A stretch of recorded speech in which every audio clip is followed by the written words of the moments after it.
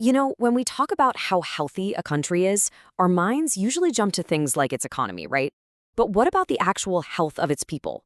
How does a government get a real, on-the-ground checkup of its entire population?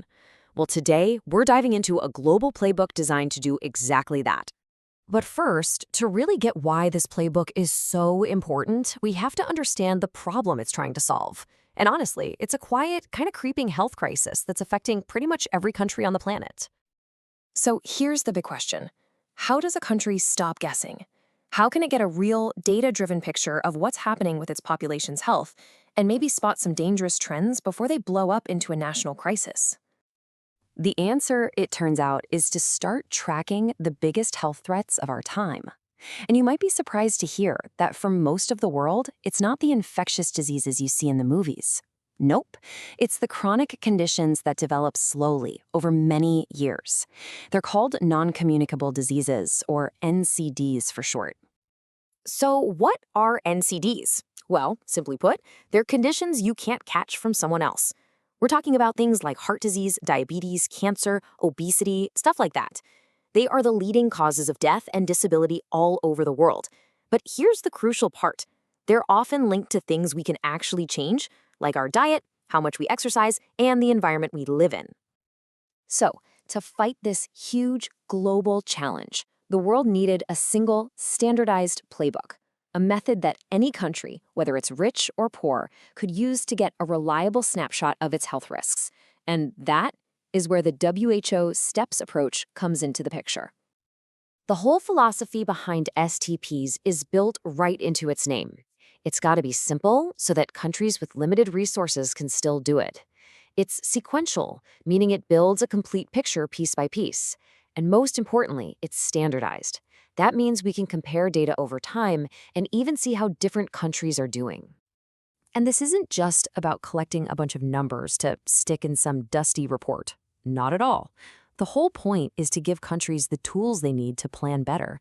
It helps them figure out where to put their money and effort, and it builds up their skills to monitor their own health trends for years and years to come. Okay, so that's the big idea. But how does this actually play out in the real world? I mean, how do you go from this concept to a full-blown national health survey? Let's break it down. The whole thing follows a really strict playbook. It targets adults, and they use modern tech like tablets to do interviews right there in people's homes. Now, this part is absolutely critical. The people they interview are chosen through a scientifically random sample. That's how you make sure the results really do reflect the entire population. And by doing this every 5 years or so, a country can see if it's getting healthier or not. And this is where this stepwise approach really makes sense. It's literally 3 steps.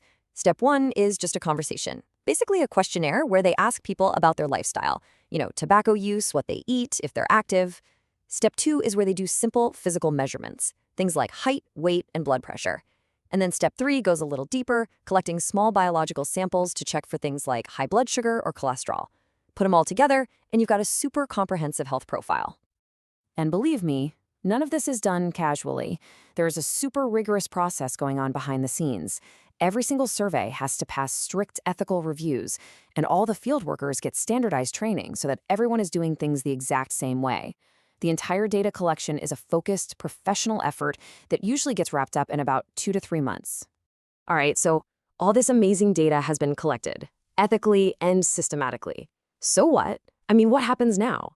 This is the most important part, turning all those numbers into real action that can actually improve people's lives. The survey is laser-focused on 11 key health indicators. We're talking about the big ones, right? Things like tobacco use, how much salt people are eating, obesity rates, and raised blood pressure. These 11 metrics give an incredibly powerful snapshot of a country's biggest risks when it comes to NCDs. And a country isn't just left to do this on its own. It's a real partnership. The local Ministry of Health is in the driver's seat, of course, but they work hand in hand with their national statistics offices and get tons of support from global partners like the World Health Organization. Now, a huge part of the entire philosophy here is transparency. The goal isn't to create some secret report that nobody ever sees. The WHO actively encourages countries to make all this data public. And why is that?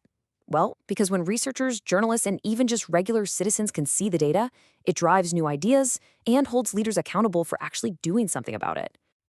So this is where the magic happens. The raw data gets transformed into these really easy to understand tools, like fact sheets and detailed national health reports.